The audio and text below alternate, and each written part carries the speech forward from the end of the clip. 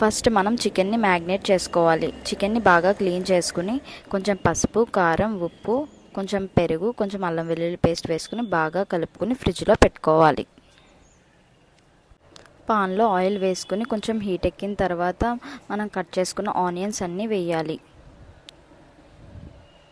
Onions కొంచెం fry అయిన తర్వాత కొంచెం అల్లం వెల్లుల్లి పేస్ట్ వేసుకుని బాగా కలుపుకొని స్మెల్ పోయేంత వరకు వేయించాలి.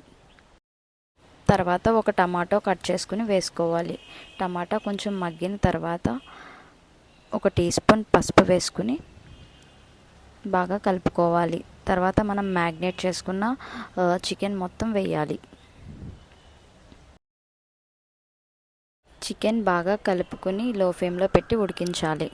చికెన్ ఉడికిన తర్వాత ఒక టీ స్పూన్ గరం మసాలా, ఒక టీ స్పూన్ కారం, తగినంత సాల్ట్ వేసుకుని కలుపుకోవాలి.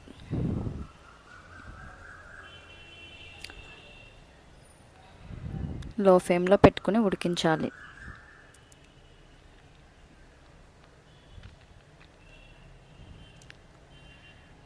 కూర ఉడికిన తర్వాత కావలసినంత వాటర్ వేసుకోవాలి.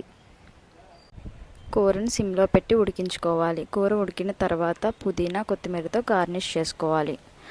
మీరు కూడా ట్రై చేసి ఎలా ఉందో చెప్పండి. Thanks for watching. Bye guys.